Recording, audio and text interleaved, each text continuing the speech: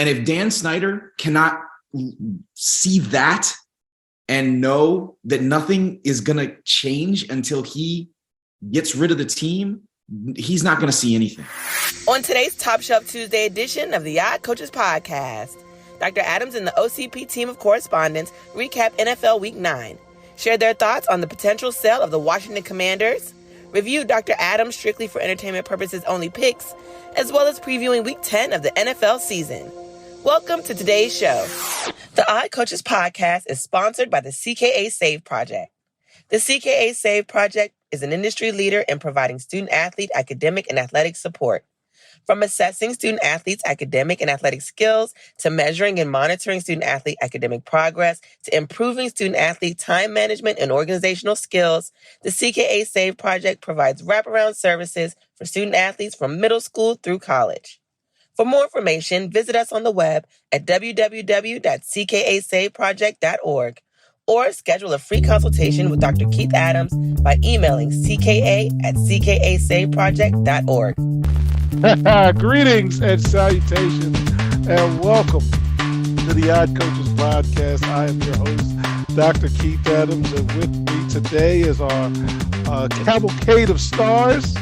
As my tag team partner is truly on assignment. With us today is our Raiders guy. Don't get mad that I picked Jacksonville. Chris Showers there. How are you, sir? Not good. Not good at all. So, hey, at least you picked the right team. I finally got a money line pick as I transition to Brian Bobby. And Brian, you like that? How are you, sir?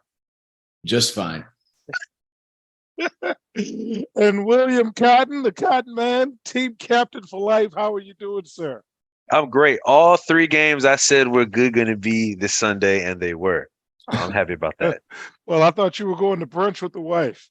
No, we went to a birthday party with the kids, so it's all good. Okay. Yeah. So this week, of course, in segment one of my games of interest, and I will get feedback from my folks here. Segment two, we tag off to the correspondents and talk about what they wanted to. And then segment three, we enjoy things strictly for entertainment purposes only. And yes, fans, you are starting to see the building of the set. And thank you to my wife, Muff, who takes care of everything. So Tamisha is awesome. So games of interest, one, Minnesota, Washington, and Brian, you were there. The joke is with Kirk Cousins, but I want to get this off my chest and allow you the opportunity to respond. Quarterback, in my opinion, is overvalued, overrated, but Taylor's not good. Carson is better, but people just like Taylor Heineke more, and he threw the Wentz-type interception that everybody hates. Can you tell me a little bit about what was going on in FedEx today? And am I crazy or what? Help me out, sir. Yeah, so that was a terrible pick. It was Logan Thomas was wide open. If he just doesn't throw the ball 10 yards over his head, it's a first down and we're having a different conversation. There's a component of Heineke's game that Wentz doesn't have. And he ooped a linebacker today that put him on his tail. And Wentz doesn't have that skill set. If Heineke, and the person that I was with, I mentioned this, like when Heineke doesn't make mistakes, they win. So if he can figure out a way to not make that pick, to not throw that pick, they win that game. That's how big that play was. I think Heineke gives them a better chance to win now, but that doesn't mean that he's the long-term solution, nor is Wentz. Neither one of them are, which is why I'm kind of torn about whether or not I want them to actually win or whether I want them to just lose for the rest of the season and get the highest possible quarterback draft pick they can. It's a decent quarterback draft class, and somebody who's not on the team right now is their quarterback of the future, probably. But just before I let you go on, I haven't been to a regular season game in quite a while. I have never seen the volume of opposing fans in a home stadium as what I saw today. The entire lower bowl, from the middle of the end zone to the middle of the end zone, on the other side of the field, I sit on the Redskins, on the Commander side, the entire lower bowl was purple.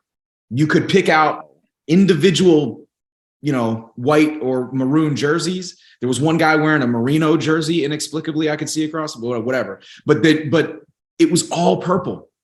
And if Dan Snyder cannot see that and know that nothing is going to change until he gets rid of the team, he's not going to see anything.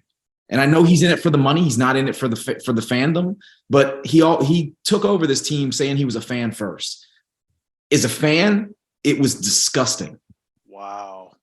That is real life, man. That is real life. And we will talk about the potential sell a little later in segment 1. But Chris, Packers versus Lions. All right. It's Aaron Rodgers' fault. The offseason's important. He had no interest in it. Having talent's important. Relationships are important. And I say it all the time, it rarely ends well. Chris, tell me about your thoughts on Aaron Rodgers losing to the Lions. Well, I was going to say the Lions were a surprise to me, but then it's like, Aaron Rodgers just gave it away. I mean, that's 3 interceptions, 2 of them in the red zone. 2 of them actually were within like the 5-yard line or something like that. I don't know what's going on with that guy. He's playing 1 year too long. He should have retired when they got rid of Adams.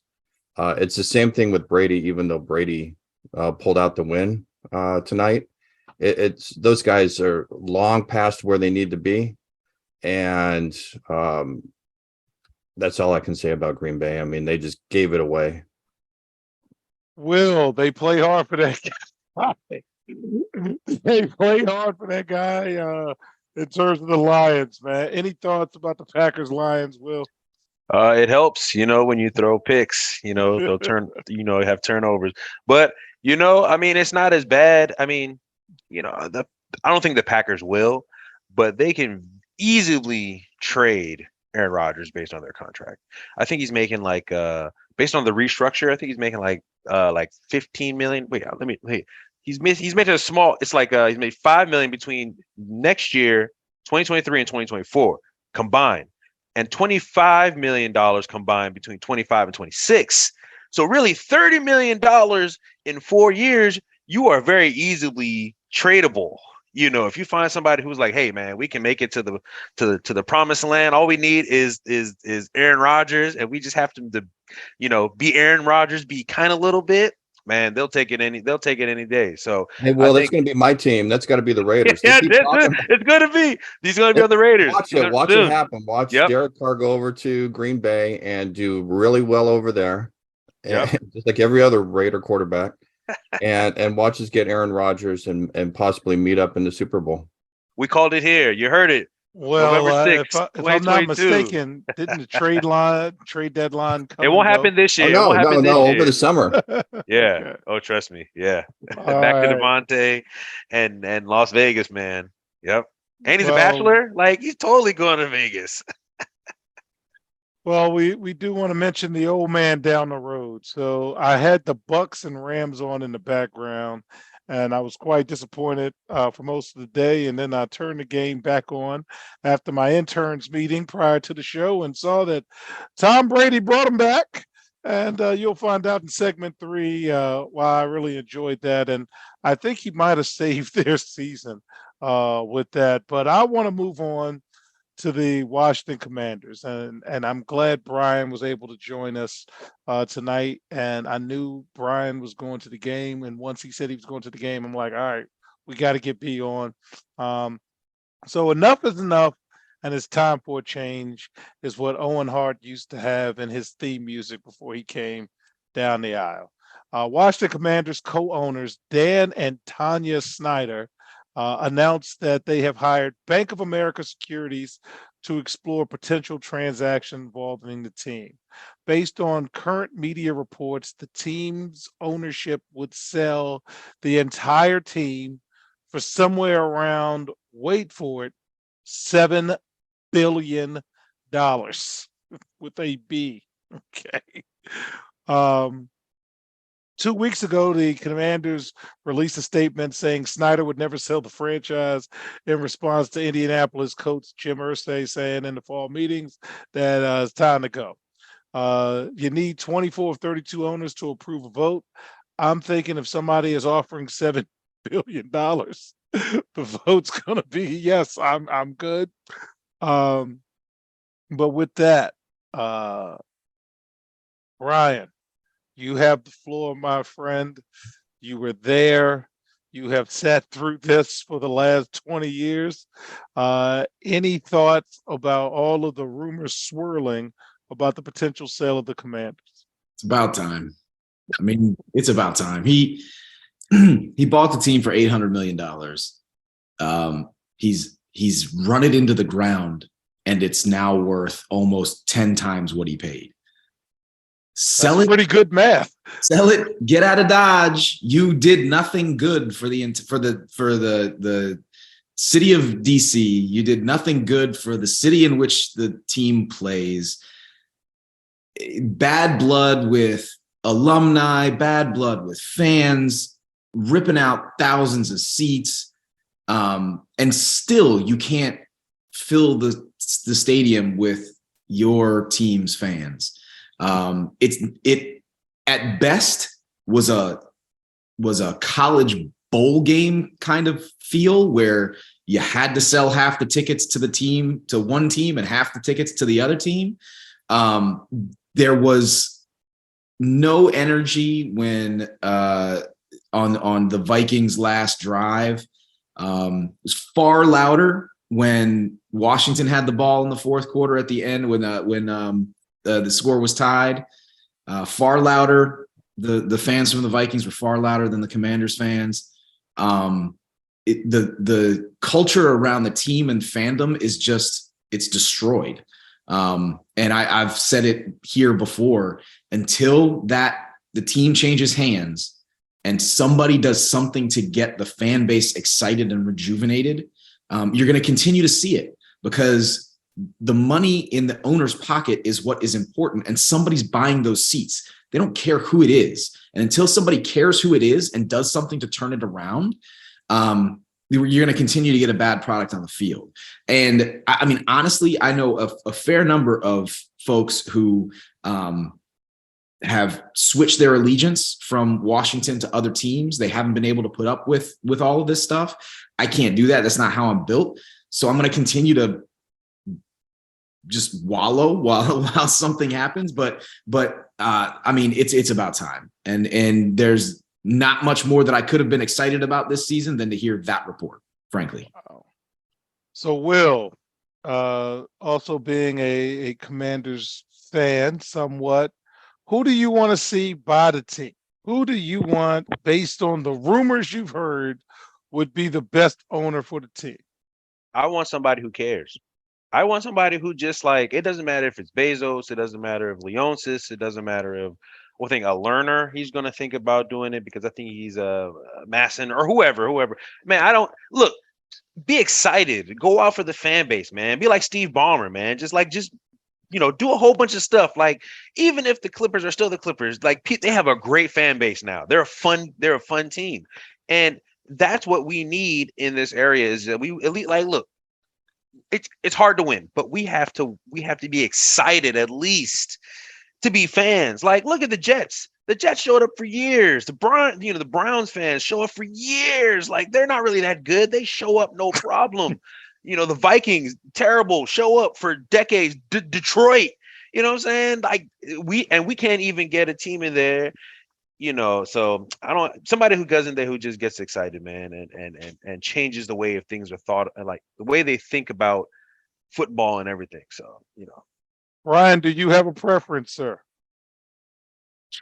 I mean, I like the idea of Jay-Z. I think that will honestly, more than anything, bring voices to this franchise that haven't been there. Jason Wright is fantastic. Well said, sir, as a social studies teacher.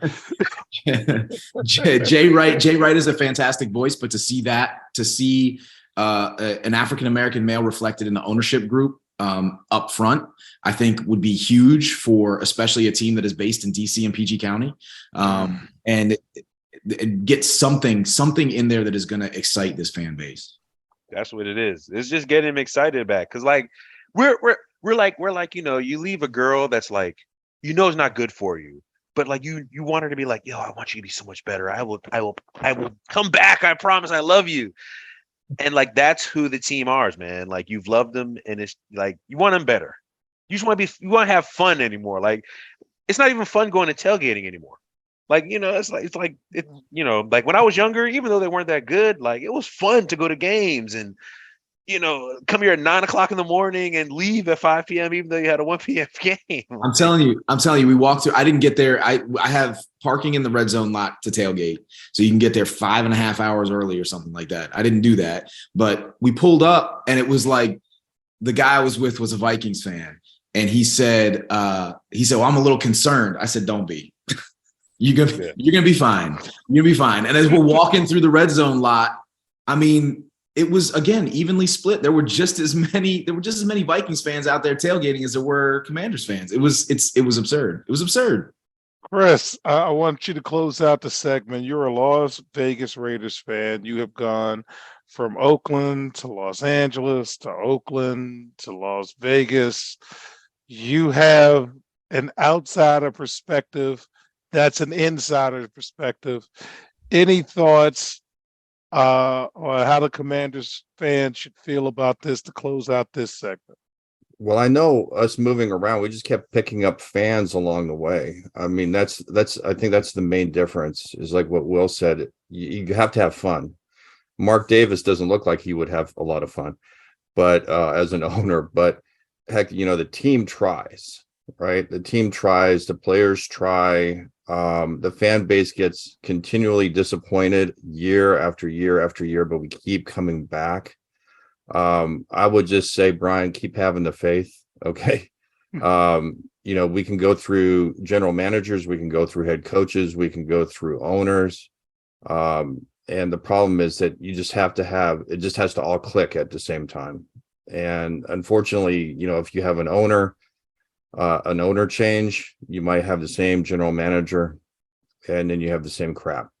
And so we just have to put it all together and hope for the best. And, you know, the two of us, we're just suffering through another crappy year.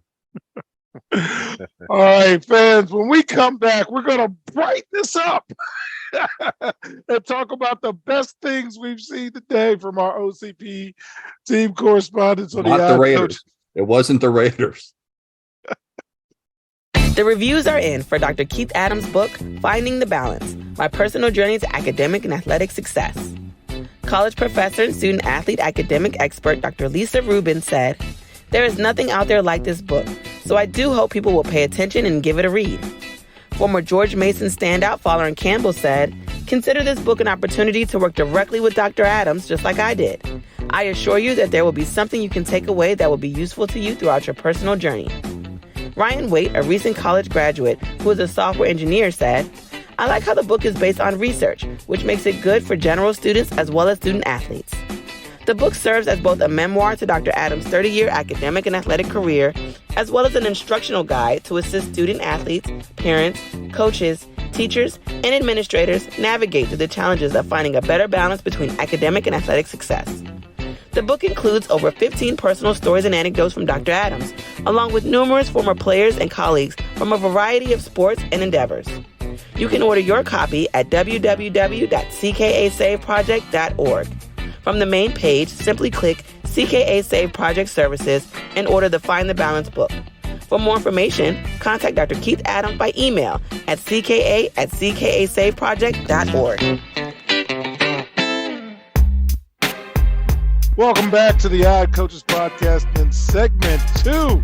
It is all about our team correspondents. So, Chris, what's the best thing you saw today, my friend? Start us off. Oh, Justin Fields. I mean, what? 3 touchdowns passing, rushing touchdown, 178 yards. That guy was on fire. I mean, there's nobody that had a better day than that guy. Too bad he didn't win. It's okay. He did play well. Cotton Man, what's the best thing you saw today? Yo, the best thing was easily, sorry, Chris, Joe Mixon, 5 touchdowns. I was just talking about last week. I have a very personal story about him. He got me a PlayStation 5 for me. So I was always rooting for him, for this guy. And he comes through, and I'm on my fantasy team. 5 touchdowns, man, 150 yards. 22 carries, so it wasn't even like he was getting too much work. So, man, it's his day. Joe Mixon. Right. Joe Mixon had a Shaq 51 day. Okay. Oh, yeah. Brian, what was the best thing you saw today? I was gonna say Joe Mixon, but I won't step on Will because I don't have personal Joe Mixon stories. But how about the Seahawks? How about the Seahawks? Call, I mean, maybe they're actually for real. Good call. That's my dark horse. That's my dark horse team. Remember, They Good listened to the call. podcast. They thought we was hating. And then, go Gino. that's enough. All right, Brian, what was the biggest surprise today that you saw? Jets.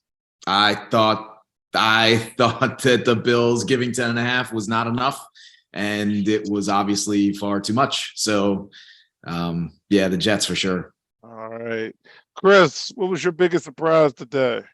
Oh, I was going to say the Lions, but like I said earlier in the first segment, Aaron Rodgers just gave that away. I mean, the Lions kept it going and kept it close, but he handed it to him. So I'd have to go back with Chicago. The fact that they hung with Miami as long as they did, getting defeated all along the game, they hung in there the whole time. All right, Will, what about you, sir? Seahawks, definitely the biggest surprise. They've been doing it up. They're surprising us. It actually won by 10. And if you know about stats, man, like the margin of error is like 5 points average or 3 for like losses and things like that. So to lose by 10, that's still coaching. Well, yeah, life okay. is good. Life is good. Life is good. Well, I'm gonna stay with you. What was the biggest disappointment today? Oh, let me go with Aaron Rodgers, man. That was a bad day for him. A bad day. And he's gonna have a couple more of those if he continues to. The sad thing is, man, because he doesn't even make that much money this year annually, they could bench him and not really care. Because if they plan to like trade him, they could be like, oh well, we only owe him like what, $3 million, $2 million. All right, I'll sit your little butt down and I'll let us, just cause you're like, yo, I'm gonna trade this guy, so I don't want him to get, put more miles on him. So, but yeah, Wow. it was sad one for me You today. even brought it up. Chris, what was your biggest disappointment today? Oh, it was Aaron Rodgers. So they have to trade him right now to the Raiders. Okay, so just do it now. No, Aaron Rodgers by far was the biggest disappointment. All right, Brian, what about you, sir? I'll make it the trifecta. I'm going to go with Aaron Rodgers as well. I mean, I know he's not the same Aaron Rodgers and he doesn't have any weapons, but decision making is a thing, and he's not making the right decisions. Don't cry for me, Argentina. So, Right. all right. So, Brian, what should we look for next week, man? I was looking at the schedule for next week. I'm Vikings Bills. I'm interested to see that game. Bills are going to be coming off that ugly loss to the Jets. I think they're going to be a little ticked off. I'm not sure whether Josh Allen is going to be completely healthy. I think he got dinged up there towards the end of the game. And I was not super impressed with the way the Vikings played against the Commanders. No. And so I think that there was far more opportunity to expose a weak secondary for Kirk and the Vikings offense that they couldn't do. That said, the Commanders defensive line is pretty stout. And so we'll see. I'm very interested to watch that game next week. All right. Chris, what about you? What should we look for? I think the Buffalo Minnesota game too. Can Buffalo snap back from this defeat against the Jets? They really controlled the game and then they let the Jets win, in my opinion. And so I always said Minnesota loves to win ugly, and I'm waiting for them to lose ugly, and hopefully that's going to happen next week. But I also think that I'm going to make this prediction now. Browns will upset Miami. Okay, I'm not overly Browns on fan. Miami too. Will, what about you, sir? Personally, I will be in Las Vegas and I will be at the Colts Raiders game, enjoying a And you're good going to be live. rooting for who? Are you going to be rooting for? Oh, you already know. Raiders. Let's Yeah. go. Let's go. Black and silver, baby. I'm All there. right. Well, look, man, take some pictures because Bo Bien helped us out today, and enjoy yourself. And be Wesley Snipes and always bet on black. And we'll be right back on Coach's Podcast. There is an old business adage that says, what gets measured and monitored gets done. It is also fact that deadlines spur action. That is what the CKA SAVE Project academic monitoring service can do for student athletes. Measure and monitor their academic progress to improve their grades. Our academic monitoring services provide ongoing academic support for student athletes for a designated period of time. Our academic success coaches work with student athletes on time management and organizational skills, along with improving their ability to self-advocate. Every few weeks, our academic success coaches meet with student athletes to assess their academic progress as well as provide ongoing academic advising. If needed, student athletes have access to CKA Learning Specialists who provide virtual core subject academic support for student athletes. For more information, visit us on the web at www.ckasaveproject.org or schedule a free virtual consultation with Dr. Keith Adams by email at cka@ckasaveproject.org. Welcome back to the Odd Coaches Podcast. In segment 3, we talk about things strictly for entertainment purposes only. First of all, OCP Top 5. Philadelphia, will you finally say with me, Philadelphia is number 1. They're undefeated, and they're undefeated. Okay. So Minnesota's number 2, even though they played like poop. And the Washington Commodores, as Randy Moss called on TV, and he did, should have beat them. They should have won, but hey, they're the only one-loss team left right now in the NFL. Buffalo is still 3 until next week, and they choke. The Cowboys are my 4th because they're on a bye, and Kansas City, we're taping before they play. They're 5th on the outside looking in. Giants, Miami, Baltimore, and Tennessee, and one of them, I think Kansas City plays Tennessee shortly. So that's that.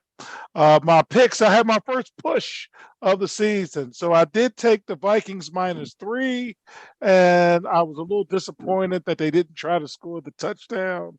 But the commentator, believe it or not, said some people will be disappointed with the outcome of the game, and it reminded me of Brent Musburger making side jokes about gambling with Jimmy the Greek. All right, over under. I had the Chargers Falcons over 49.5. I lost that one. My 2 play of the week came through at the end, Vikings and Bucks. My 3 play was the Patriots, who are quietly having a better season. 5-4. The Bengals, who were on fire. And I picked the Bills over the Jets, and I thought that was the safe pick, Brian. So when you said the spread, I'm like, yes, I ain't even get cute. I just said go money line, and let's just keep this thing going. And that didn't work. And my upset of the week was the Jaguars, and they pulled it out. I was a little nervous early. I think, Chris, the Raiders had like 2-score lead or something like that. It was 17-0. Oh, sorry. I said again. But we're good at that kind of stuff. All right. So season-long win totals. We haven't bailed yet, but we're at the halfway point of the season. Pittsburgh over 7.5 doesn't look good. Jacksonville over 6.5. They're at 3 wins now, so let's keep an eye on them. Buffalo over 11.5. They're still at 5. Chargers, they got the win late.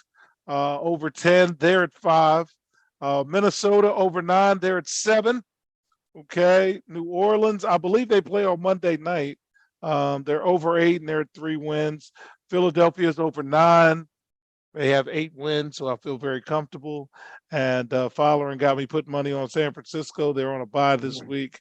So they're over 10 and they're at 4. Next week, Cincinnati's on a bye, New England's on a bye, New York is on a bye, and Baltimore on buys. And my week 10 games to watch, Minnesota versus Buffalo. So we were all on the same page with that. Dallas versus Green Bay. Does Dallas put Green Bay out of their misery? Arizona versus the Rams. Whoever loses that game is done. It's finished, gone, kaput. And for my man Akil, Denver versus Tennessee. Let's see if they could do something. Okay. So before we close out, final thoughts from our panelists. Brian, any final thoughts this week? So just in regards to your top 5. Come on, Billy. I'm fine with Philly. I'm fine with Minnesota. Just based on the records. What I think though, your top 5 says, because every time you said the next team, I'm like, they're not good. They're not that good. There is, if the NFL was searching for parity and every team being 9-7 or 7 and or 10 and was it 9-8 or 8-9, they're there. Because any team can win any given week except for the Commanders. So that it's fine. I think the chaos should reign supreme, and everybody's got a chance every day, every game. That's our way of saying, hey, Robert, we miss you this week. Chris, any final thoughts? Okay, this top 5 business, you guys need to look at who's going to win the Super Bowl, who's going to be in the playoffs. What's this nonsense, the Eagles? Okay, they're going to be in the playoffs. They're probably going to be number 1 seed in the NFC, but they're not going to make it very far. Okay, so let's just throw them into looking from the outside, looking in the window where all the party is. Okay, that's going to be the Eagles. So Bills are number 1, Giants are number 2, Ravens are number 3. I don't know why you keep hating on the Ravens and the Giants. Number 4, Seattle. Where's Seattle in this thing? That's my dark horse, man. Oh yeah. Seattle. Geno Smith going all the way, baby. He's going to go to the Super Bowl. Watch him. And then Miami's number 5. Okay. Oh yeah. Yeah. Swat me away. Watch it happen. Okay. You can put Philadelphia until they start losing. Yes, and then we will turn heel on them absolutely very quickly. And the Vikings, ugly wins. Okay. And you can't ugly win your way to the Super Bowl. You just can't do it. It's not going to happen. All right. And folks, you gotta follow Chris on social media. He throws his picks out there too. And hey, and just take the opposite of whatever I say, and you guys can make a lot of money.